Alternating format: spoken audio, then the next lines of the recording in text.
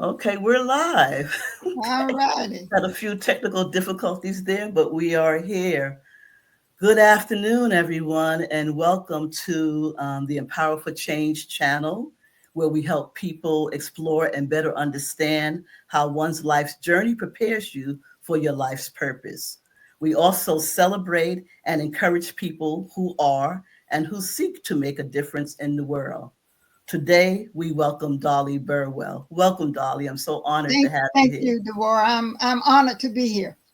Okay, and before we get started, I'll introduce myself. I am Deborah Gilbert White. I am the host of this channel, and I'm also known as Dr. D. And I am glad to be able to have this opportunity to bring to you people who are making a difference in the world and for us to hear their stories so that we can be encouraged as we go through what we have been called to do in our purpose in life. So, Dolly, I'm going to read a brief bio because this is so impressive. I want to read it so everybody has an idea of who we are talking with today. Thank you. Dolly B. Burwell, also known as the mother of the environmental justice movement, was born, raised, and attended public schools in Vance County, North Carolina.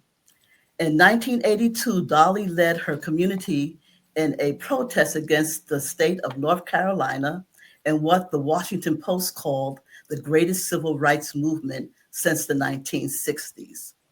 Arrested and jailed 5 times and spent nights in jail when she blocked trucks carrying PCB laced soil that was to be put in a dump in her community by lying down in front of the trucks. This was the beginning of the environmental justice movement. Stories of her life and work have been published in several books, including Crazy for Democracy, Women in Grassroots Movements by Tema Kaplan, The Politics of Motherhood Activists, Voices from the Left to Right by Alexis Jeter, Annalise Orlick, and Diana Taylor, and Women Reshaping Human Rights, How Extraordinary Activists Are Changing the World by Marguerite Guzman Boulevard, and many documentaries, TV shows, and newspapers, including the Washington Post and the Soledad O'Brien Show. She served as chair of the joint Warren County State PCB Landfill Working Group, a task force that worked to secure more than $25 million dollars from the state of North Carolina to detoxify the Warren County PCB landfill, which was successfully completed in 2004.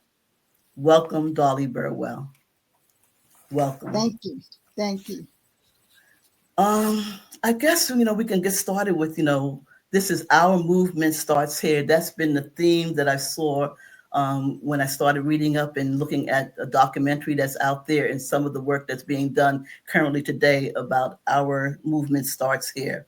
It's been reported that at the tender age of 32 years old, you began to fight for environmental justice.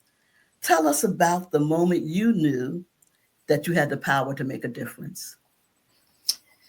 Well, let me first, Deborah, if you don't mind, No problem. start off by just telling you and telling your audience a little bit more about me personally Mm-hmm. and what led me to become what I call a community activist, Yes. and just what led me to not only protest against that PCB landfill dump in Warren County, but to Mm-hmm. work for social justice throughout my life. I think when I met you, I was working for social justice and social change, and Yes. so I am first of all a 76, soon to be 77-year-old Black woman, and of course. I don't mind telling my age because I have to tell my age, Deborah, in order to get people to understand some of the challenges that I went Mm-hmm. through and why I do what I do. Of Yes. course, being 70, almost 70 years old, I attended segregated school, both in elementary, middle school, and high school. And particularly when I got in high school, well, let me back up a little bit and let you know that I Mm-hmm. my parents were tenant farmers. We started off in Vance County. We moved from Vance County to Warren County and then back to Vance County. And the reason we moved a lot is because as a child of a large family, a lot of siblings, about 10 of us, and parents who were sharecroppers and who were farmers, my dad would rent land each year to farm, to raise tobacco, to raise cotton, to raise cucumbers. And depending on where he would rent that land, it really was where we would move to for the next farming year. And so my earlier years started off in Warren County schools, and then I ended up in Vance County schools. So in junior high, well, throughout my education in elementary, middle, and high school, it was all segregated schools, segregated system. We never got new books. We got hand-me-down books. We got hand-me-down equipment, and from the White House schools. And particularly in my senior year, I would get sometimes you would get your books, and especially in your math book, a page would be tore out your book, and on the opposite page it will say the N-word, can't learn math, so you don't need to this page.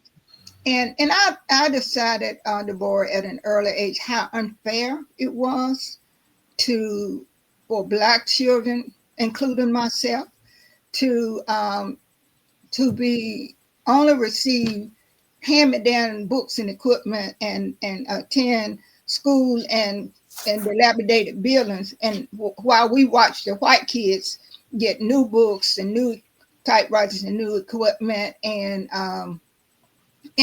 so when I became, I think it was 13, my first act of activism was joining the NAACP.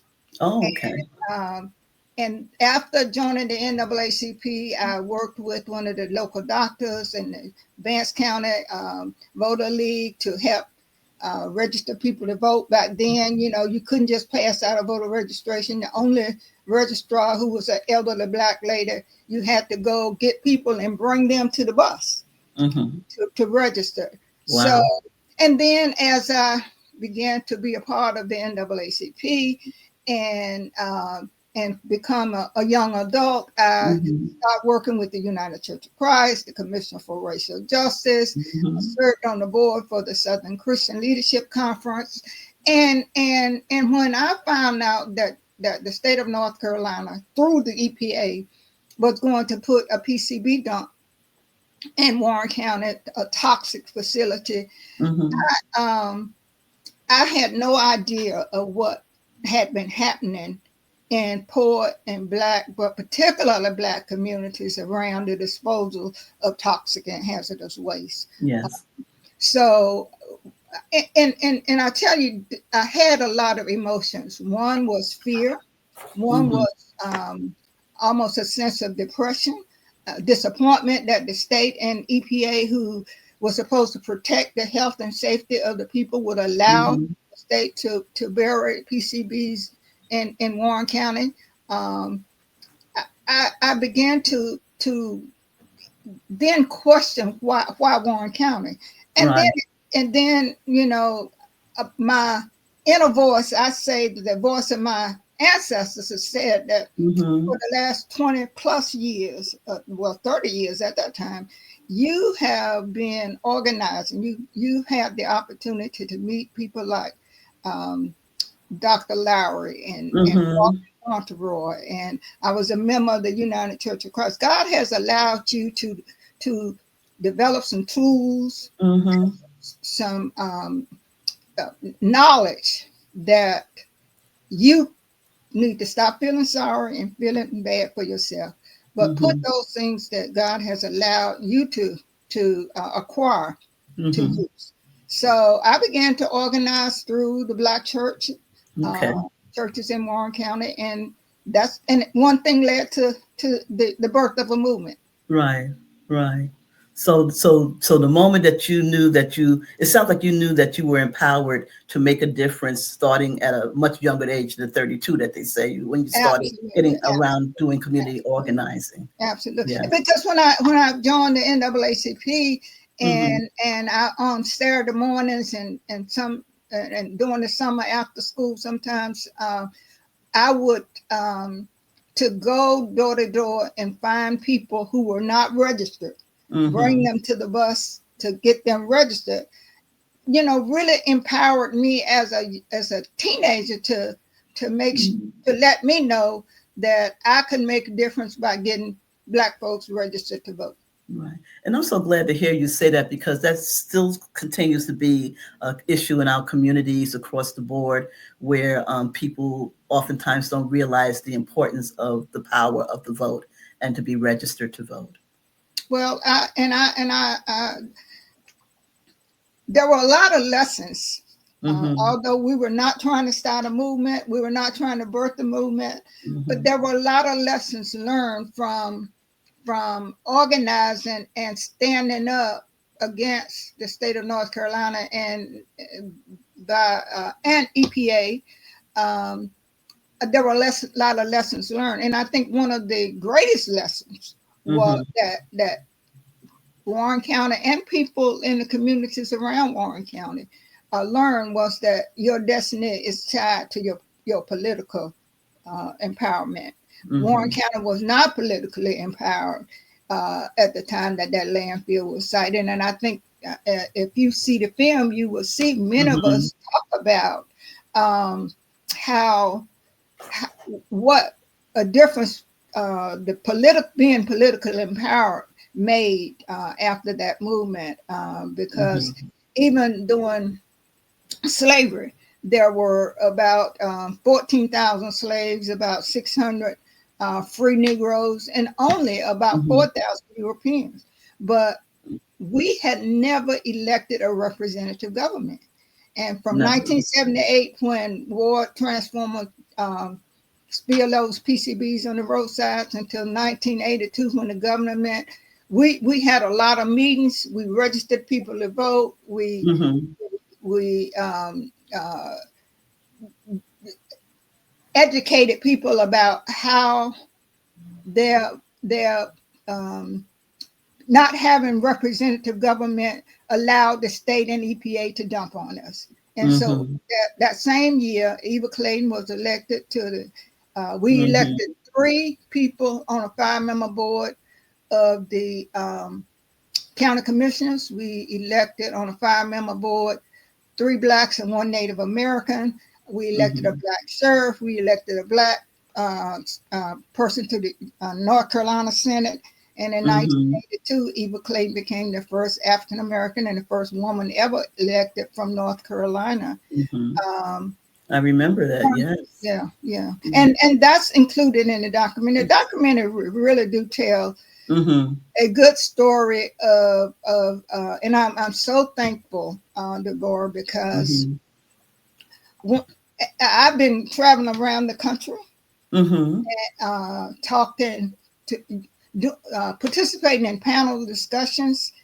Um, After the screening of the documentary, our movement Yes. starts here. And Mm-hmm. one of the things that the whole focus uh, has been changed over these last couple of months. When we Mm-hmm. first started doing the panel discussions around the country, people were more interested about how we got started. What Mm-hmm. motivated me to get started? How did I know I wanted to be a community advocate? Yes. Yes. Uh-huh. Yeah.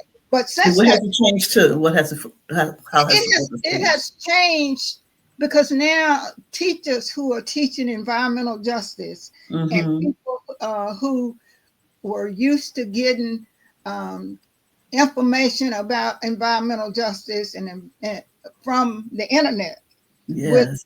all of the environmental justice offices that's being closed around the Yes. country, uh, people feel like this documentary is a way that they can stay encouraged to fight.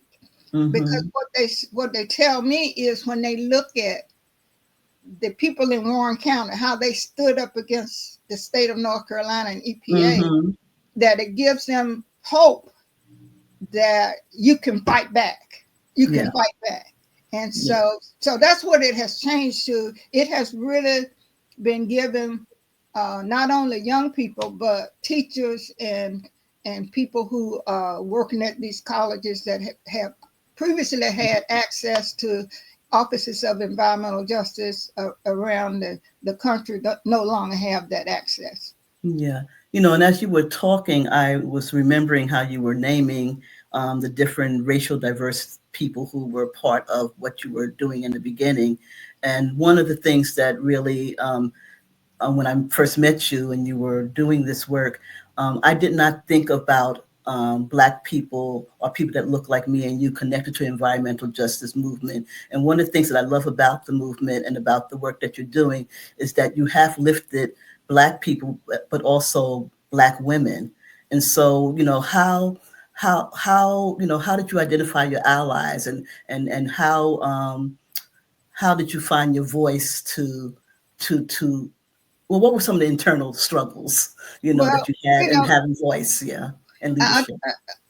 um, I just was taught, Deborah, Mm-hmm. that you stand up for what is right, even if you have to stand by yourself. Okay. And that when life issues you lemons, you make Mm-hmm. lemonade.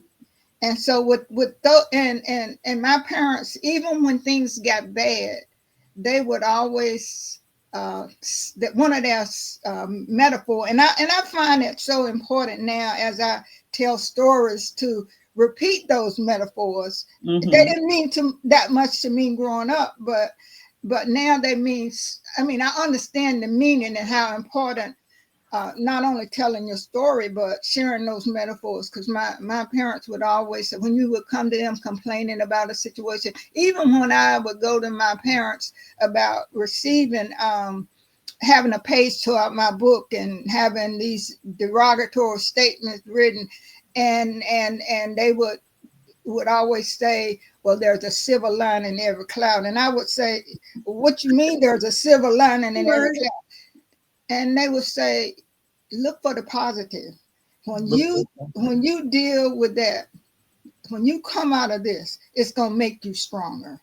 And Mm-hmm. I understand exactly what they mean now, that that women have always um, has always had an inner strength. I think an inner strength within them to deal with family, to deal with issues, to deal Mm-hmm. with uh, controversy. So I just think that there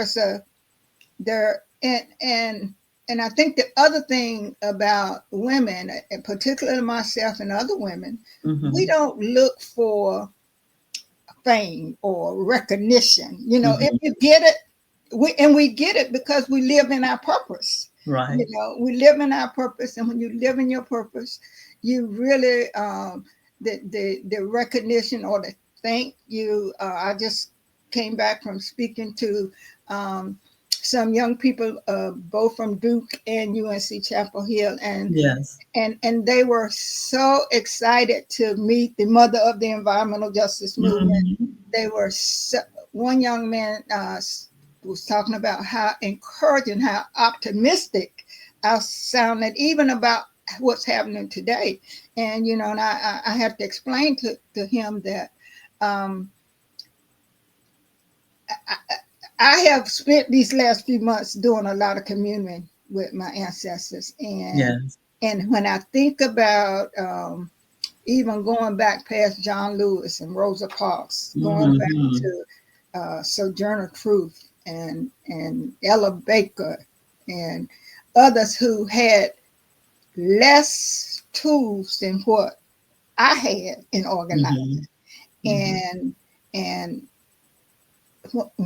and I had to explain to him that it's, yes, it's disappointing to see Office of Environmental Justice closing around the country. But in 1982, there was no There office was. closed. So Right. so so now these young people got something to fight for because Mm-hmm. they know there was an environmental justice office. Right. We didn't have an environmental justice office. They have a model by Warren County standing up and fighting and creating not only a national movement but an international movement Mm-hmm. around environmental justice. So I have more hope. I hope I'm creating more hope in them, Mm-hmm. because there was still hope in me when I thought about my ancestors who had little or nothing to fight with. Mm-hmm. Yeah. I love that because I know that you going back, you said, to the past and looking at our ancestors and knowing what wasn't there, and then to see what can happen, and to remain hopeful for what can happen in the future is always promising for all of us. I'm sitting here thinking about the first time I met you, or when I met you, you were a board member of the on the Commission for Racial Justice at the United Church of Christ. And shortly after meeting you, I met your two daughters, Kim and Mia. And I'm thinking about, as I looked at parts of the film, but also in the conversations that we have had in the past, that there were young people, children and youth that played a part in this whole movement, the environmental justice movement. And as you just shared about the young person that you met at the university, what do you see as the role continuing to be for young people in this fight? Um, I think it's the same for young people all over, and uh, having served on the board for the Southern Christian Leadership Conference, one of Mm-hmm. my biggest benefits was being able to talk to and get to really be on a personal relationship with people like Anna Young and Mm-hmm. Fred Sellersworth and C.T. Vivian and other James Orange and others, and listen to them talk about how young people were involved in the civil rights movement. Mm-hmm. How in every city, young people were involved. And even think about John Lewis at that time; he was a young person. So Yes, yes. I think that there has always been a thirst for freedom among African Americans, young or old, you know, Mm-hmm. and so I think that role not only for young African Americans but young people in general want to deep down they want to see justice, and they want to see when I think about the whole Black Lives Matter movement and how Mm-hmm. those kind of people stood up, and even when they try to erase history, if you got that spark within you, Mm-hmm. they can't stop it. They can't stop it. So I stay encouraged because I feel like there are so many young people who have a spark within them that allows them to be to live in their purpose as if you and Mm-hmm. I are living in ours. Right, Uh, right. and I'm sure that 40 years ago you didn't realize how you would be having a podcast to empower others to focus. But when you live in your purpose, and I think that those of us who are destined Mm-hmm. to to walk in these shoes and live in our purpose is not only through our doing it. Mm-hmm. It's believing in a higher calling and a higher Yeah, being, really. yeah. And I would agree with that. I am thinking about, with my experience of homelessness and being, in the forefront and in the background of looking to pass legislation that supports the rights and the humanity of people who are identified as unhoused and homeless and experiencing homelessness, and how, just speaking up, asking a question started, people starting to think about the issue a little differently. So just asking the question. What are some of the lessons you have learned, on your journey, Dolly, back in 1982, and coming through to what you're doing now? What are some of the lessons that you are learning or have and will continue to learn? Well, Deborah, I think putting the use. I don't know if I've learned a lot. Mm-hmm. I think the way I would say it is that putting into action what I learned as a child. I Okay. really do think that Mm-hmm. you learn as a child those things that allows you to continue to walk in your purpose, and you learn to put into action those things that you learn, because Mm-hmm. really the work that I do now was inspired by what I learned as a child. I Mm-hmm. was inspired by watching my parents. Uh, so and learning from my parents. So I don't know if I've learned a whole lot more than what Yeah. I knew when I was 13. I Mm-hmm. knew at 13 that there were people who didn't have the courage to speak up for themselves, and that God had granted me the courage Yes. to speak up, and that not only did I have a calling to do it, but I had a sense of responsibility Mm-hmm. to do it. And I learned at an early age that you have to be responsible for speaking up for those. So Mm-hmm. putting into actions the things that I learned as a child and as a teenager really have just stuck with me. Yeah. Um, and I'm not a very religious person, but I am a spiritual person, Mm-hmm. and I think sometimes you have to you as long as you know that you have that spiritual, and you have to believe in some spiritual. One of the things Mm-hmm. that I take differently now Mm-hmm. is I used to feel guilty about being angry, uh, and it was because when I received the Rosa Parks Award from Miss Rosa Parks herself, and I think it was in 1988. Why? When she presented that award to me, I promised. I said to her that I will try to uh, be an advocate and be an activist with a Mm-hmm. more humble spirit, because I'm not sure if I would have been as humble as she was that day on Mm-hmm. the bus. Yeah. But this couple of years ago, we celebrate Warren County. We celebrated the 40th anniversary of the Mm-hmm. work of the environmental justice movement, and we entitled that celebration "We Birthed the Movement." Um, and the dean from Duke spoke at that meeting, and at our celebration. And one of the things that stuck in my soul, really, Deborah, Mm-hmm. was a statement that he made. And that statement was, uh, people always telling you to have hope, but think of Hope as your daughter. But Hope also had two daughters, and her Hope's two daughters was one was named Courage, Mm-hmm. and the other was Courage. Courage. One was named Courage, and the other one was named Anger. And he Mm-hmm. said, together with those two daughters of Courage and Hope, nothing. I mean, anger, Mm-hmm. courage. When you combine the daughter of anger with the daughter of courage, Mm-hmm. you will remain hopeful, because with those two things, you will continue to fight. And so Mm-hmm. I've since that time, that's one thing, since that time, I've not taken my sense of anger in a negative way.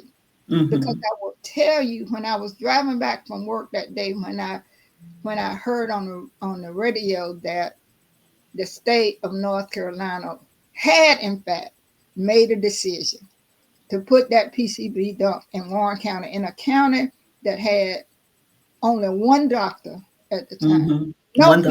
pediatrician, no hospital, the 99 poorest county in the state of North Carolina, um, 65% African American in the community where the PCB dump was being cited was 80% African American.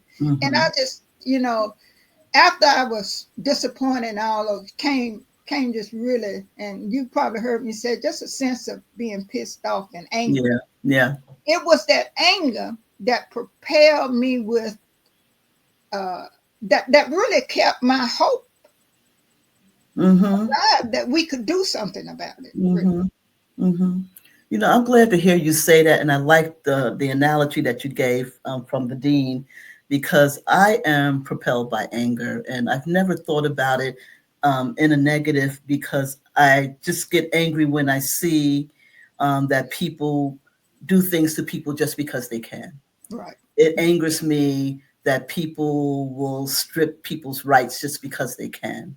And so I do see the role of anger in continuing, to be, forceful in the work that we do. I do And see that. I think It's righteous anger, righteous right, anger. right, right. I think that being a member of the SCLC and being a nonviolent person, I was looking at anger in a whole different way. Mm-hmm. But I Mm-hmm. see what you said, what you're saying, Deborah, and I see it different now. And Mm-hmm. when I go back and look at the work that I do, if I had not been angry enough to care about people, it takes you take anger to get the bring on determination that you're going to fight for people who can't fight for themselves. So, Right, right, right. Let me ask you, what does it look like in Warren County now? What's going on there now connected to the environmental justice? well, after the 30th anniversary of the Warren County PCB protests, Mm-hmm. we began to organize around establishing a nonprofit. To one of the things that we've been told as we move around the country is that there are other communities who have looked at what happened in Warren County as a model for Mm-hmm. them, not only fighting against the environment, I mean, for environmental justice, but uh, other issues, education, the economic issues Mm-hmm. that when people come together and that they could really make a difference. Also, as I have moved around and talked to people, one of the lessons, one of the things that people who work in government always says is that how was Warren County able to work with a government that dumped on them to detoxify the landfill, Yeah, and and $25 million. You right, got right, $25 million right, from them. Yeah, yeah. How right. did you do it? And what I've said to them was it was through the political process. When Mm-hmm. you elect folk to represent you that live in your community, from your community, with the same ideology that you have from your community, Mm-hmm. then you can believe. You can trust is really important in working with government, and I'm sure the board, you have you have worked with people from your community around the issue of homelessness, and Yeah. those folk who are elected, who have the same feelings that you have about homelessness, Mm-hmm. and they are coming from the communities where they see homelessness, Yeah. is they have a better understanding of what you are fighting for.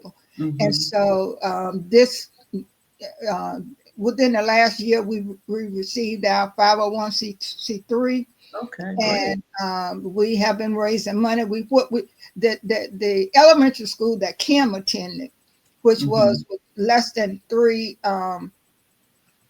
miles from the landfill. We Mm-hmm. are in discussion with the school. That elementary school is now closed, but we are in discussion with the school board to try. What we want to do is open a center of excellence where we can not only uh, bring some of the tell some of the stories and keep the story about Warren County alive, Yes. but to train young people on how to organize and what to do around how to organize the community and how to work with government to get those things accomplished that you're trying to accomplish for your community. And also, one of the neat things happened when we came up to DC was to visit the museums and Yes, yes. Anacostia Museum, and Mm-hmm. and I know that I don't know how long their exhibit on Warren County will be up, but Mm-hmm. we want to house some of these exhibits, and of course we have the We Birthed the Movement, which was exhibit that UNC Chapel Hill produced, Mm-hmm. and that exhibit has traveled around the country, even at EPA and Research Triangle Park. Okay. Charles Lee came down, and Mm-hmm. that exhibit was up, and it was that was kind of amazing to me that in Mm-hmm. 1982 we were fighting EPA, and now EPA was housing the exhibit of We Birthed Right. the Movement. Birthed the Movement. So Yeah. we want to continue to build partners and build relationships, and Mm-hmm. eventually be able to um, expand our model Mm-hmm. for community organizing and building partnerships with government. Yeah, you mentioned Charles Lee, and as you were mentioning Charles Lee, I thought about Dr. Chavis as well. And when I first came to the Commission for Racial Justice, part of my duties was sending out that report, Toxic Waste and Race. And I mean, they were flying out. People were asking for it. I was very busy, and so to know that the work that this faith community did, that this agency in a denomination did, as a body of faith, to look at this issue in the way that they did, and then to have all this data to support, what they saw that was happening, in Warren County and across the country, in communities of color, really was what opened my eyes to the advocacy and activism. I attribute my advocacy to what I learned and continue to learn from my days at the United Church of Christ. And Deborah, you may have heard me tell this story, but after the protest had been going for about two and a half weeks, and the governor of North Carolina basically, because some of this when college students saw my daughter Kim on the Dan Rather show crying, saying she was afraid of getting cancer and she was afraid what might happen to her community. It caused college students and other people who saw this child on national television crying and how afraid she How old was. was she then? How old was Kim then? 10. She was 10 10. years old. She's 10 years old. Mia was 2. And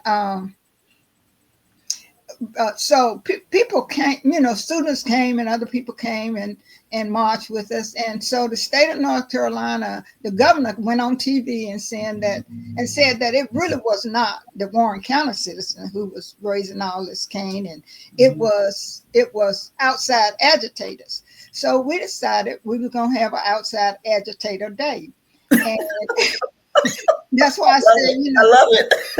we had an outside agitator day, and I invited Roy, who was chair of the Southern Christian Leadership Conference board at the time, and SCLC brought busloads of chapter members from across the country, really, to Warren County to get arrested. Dr. Lowry and Miss Evelyn Lowry, his wife, came, and that, because normally the procedure was to gather at the church, was to march down to the landfill, and then people, those who would be selected to get arrested, would get arrested.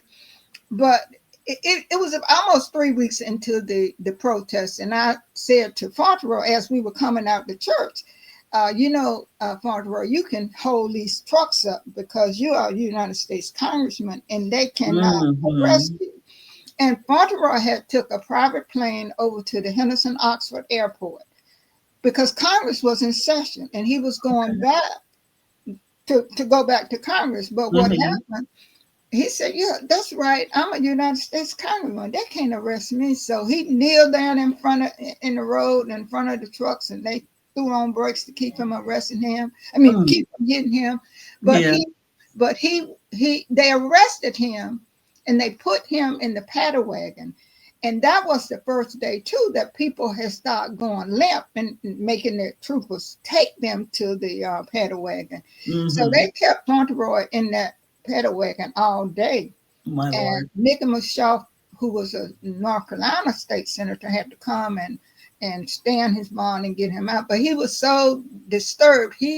When he went back to D.C., he ordered the congressional investigation, which led to the United Church of Christ doing the toxic waste and race report. And I was in South Africa it's been 10 or 15 years ago now. And people there in South Africa was still asking for toxic waste and race report. So yesterday I had the opportunity to visit Reverend White, who was so instrumental in Reverend Leon White. Leon White, and I explained to him that had he not been my pastor, I don't know if I would have been engaged and to now see the United Church of Christ. And I remember the day at the General Synod that both Dr. Chavis and myself went before the General Synod and asked for the funding to fund the toxic waste and race report. And I think about how instrumental, having that report to back up what was happening, because EPA was denying that there were any environmental injustices anywhere in the world. How important that was. And it's almost like somebody looked down the road and saw what needed to be done. I'm thinking as you're talking also, the importance of faith communities and community organizations being involved in justice work. I mean, it's more than just the spiritual piece and the spiritual nurturing, but it's also how do we make life better for people, for God's people here on earth, and to have this whole issue with toxic dumping. And I remember, reading, where they were building, houses and schools on top of toxic dumps, and children were getting cancer and all other kind of illnesses that people couldn't explain. And I'm just, knowing that report and the work that you've done and so many other people have done has been able to have people to ask the right questions and be able to, put a spotlight on what can be happening.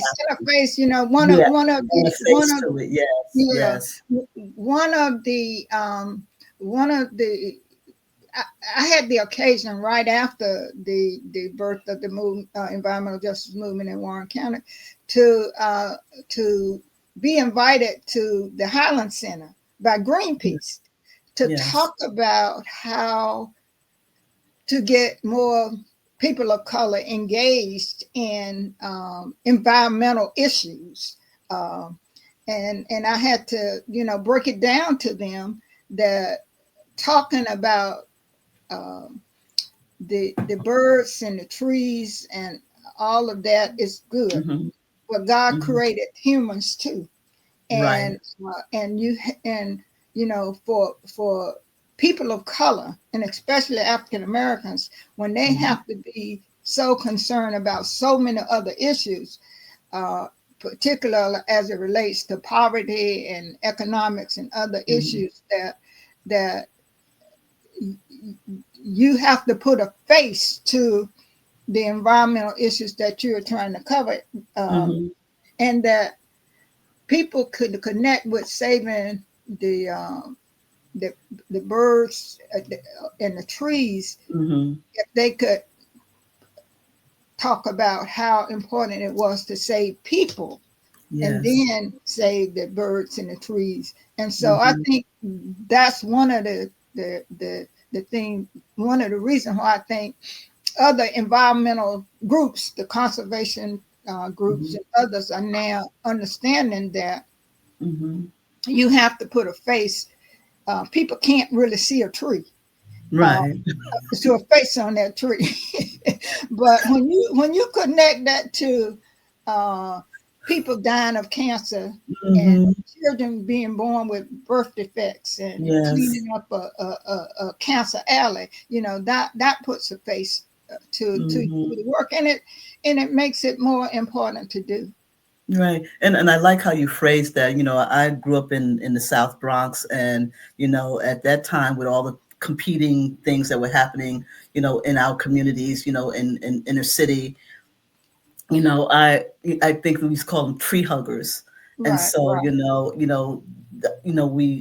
we weren't really thinking about the environment, but to see, the movement where they're looking at how this impacts human life, how it impacts people who look like me, in these different communities is so key and so important.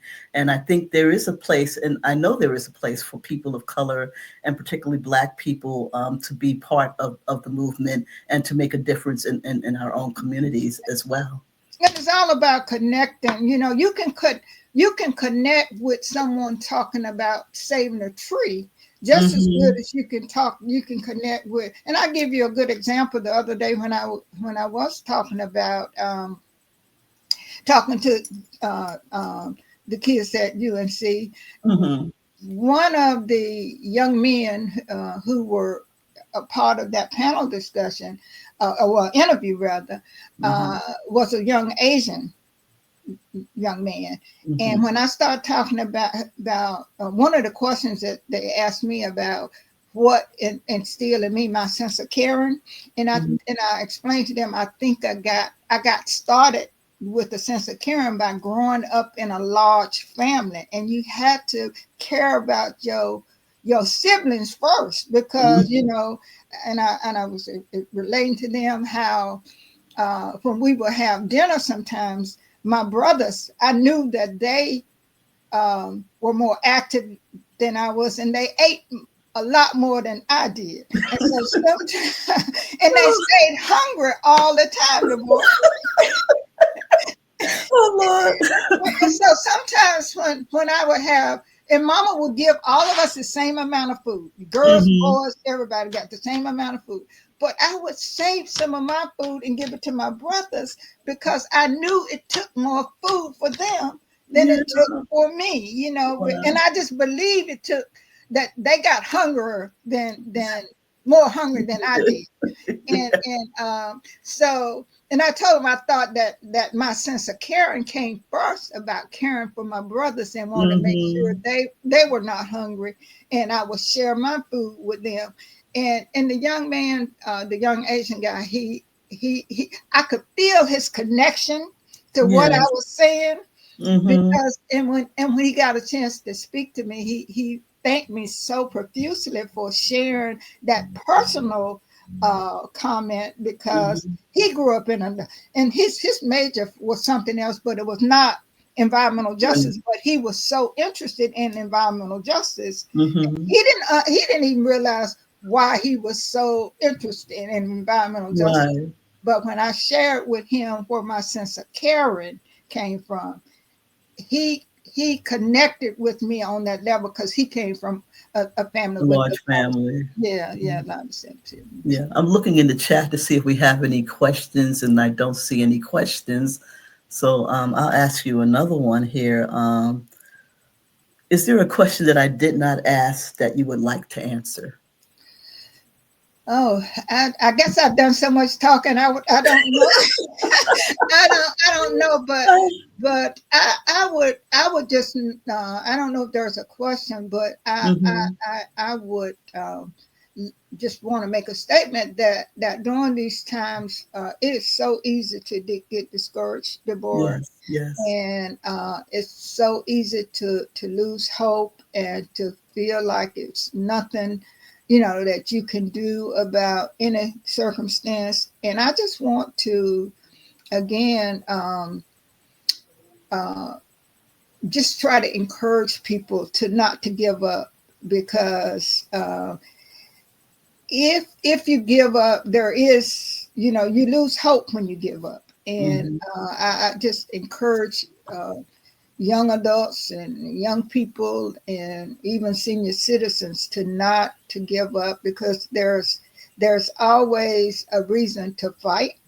Mm-hmm. And I encourage people to, regardless of what God you believe in, to believe, to pull within yourself that inner spirit that Mm-hmm. will keep you going in times when you get discouraged and get because people may think I never get discouraged, but I do. uh, Mm-hmm. and I have to, I says, in fact, I was telling Reverend White yesterday that Mm-hmm. uh, I grew up growing up with him. He has this little saying that he would always say, "Keep the faith, keep the Keep the faith, faith. Yeah. keep the faith." And and despite that, sometimes I have to remind myself that the faith the size of a mustard seed is all it takes. And Right. mustard seed is really, really small. And even though I know that you only need a faith the size of a mustard seed, uh, I refer back to one of those metaphors that I used to hear my mama say. Mm-hmm. She would be praying sometimes, and then sometimes she would say, "Lord, I trust you, but just show me a sign. Just show me a sign that I'm on the right path and I'm doing the right." Yeah. And Show so, show you a sign. Show her a sign. Yeah. yeah. So even so, I want to just encourage people that do what it takes to keep you going. It may be meditation. Mm-hmm. I find my energy and my optimism and my hope being brought back alive when I watch the sunrise, sunset over the ocean, and when I can get up early in the morning and go out and listen to the waves, or it may mean just walking through the woods, Mm-hmm. communing with nature and feeling that ancestor spirit talking to you, telling you that they didn't give up on you. Right. So you shouldn't give up on this next generation. Just keep moving as long as you can put one foot in front of the other. Mm-hmm. You can do it. And times have looked bleak before. Right. And I know you hear people saying we never had it this bad, but they Hmm. don't know their history. Mm. Any black person that Right. says Right. we never had it this bad before do Mm-hmm. not know about slavery. Yeah. Yeah. Do not know about slavery. So we've had it bad. We've had it Mm-hmm. even worse. Even worse. Yeah. And so I just want to encourage people to keep fighting. Right. That you can make a difference. That your advocacy, Yes. whatever that is. And you may not want to try to do everything, but pick that issue that you're passionate about. Like Deborah, Mm-hmm. you're passionate about homeless. Yes. Continue to do that. I'm passionate about justice, Yes. Yeah. especially environmental justice. And so I'm Mm-hmm. going to continue to go around the country and around the nation and encourage young people to Mm-hmm. keep struggling, and that there is something worth standing up for. Yeah. And I thank you for those words, Dolly, because the whole piece around self-care, and especially for women and women of color and Black women, is so important because um, we we pour so much into other people, and so we have to pour into ourselves and have ways that we pour into ourselves. And the things that you shared, like meditation, and I've seen your beautiful pictures as you travel the world. Yeah. I've seen the beautiful pictures that you send back of sunrises, and just knowing that that's a way that with all this that's going on, especially in this time and where, agencies are being closed down and stuff is being erased or trying to be erased, that that that the work continues, and you know that what you have contributed to the work has made a difference. Right. And I think sometimes you can just really, it's important to, not only for self-care, but Mm-hmm. but find those ways in which you can self-care. Yes, Because yes, everybody don't self-care the same way, right. So be intentional about finding ways that that will allow you to, like I said, the best way I could explain it Mm-hmm. a few months ago was that my vessel was empty, and Yes. so I had to go get away and replenish and refill my vessel Mm-hmm. so that I will have enough in that vessel to continue to share with others. Mm-hmm. Because actually, when you do this work, Deborah, sometimes it may not get all the way empty, but it sometimes It get mighty low. it gets mighty low. It get mighty It gets low. mighty low. So find a way to refill it before it get as low as mine Mm-hmm. got a few months ago, and then Mm. um, because if you keep it at least half full, you Yeah. will find ways to continue to, Mm-hmm. especially if you have that caring spirit within yourself to that you want to fight. It won't, that little light there in your soul will be there, but you just Mm-hmm. got to find a way to keep it burning, keep it Keep burning. it burning. Yeah. On that note, I want to say we are so honored that you were here with us today. We're so honored that you are a light in the world, and especially around the issue of environmental justice. I thank you for all that you are doing and will continue to do. And I just want to say, just thank you. Just thank And you from thank the bottom thank of my you, heart. Deborah. Thank you for all that you do, and I think we have that kindred spirit that keep both of us going. So thank you again, Thank you. And and so good luck on your podcast. I know it's going to be great. thank you. You are our first guest, and we appreciate you being with us. And stay on, Dolly. I'm I going to will end do. this, and thank you, everyone, for tuning in.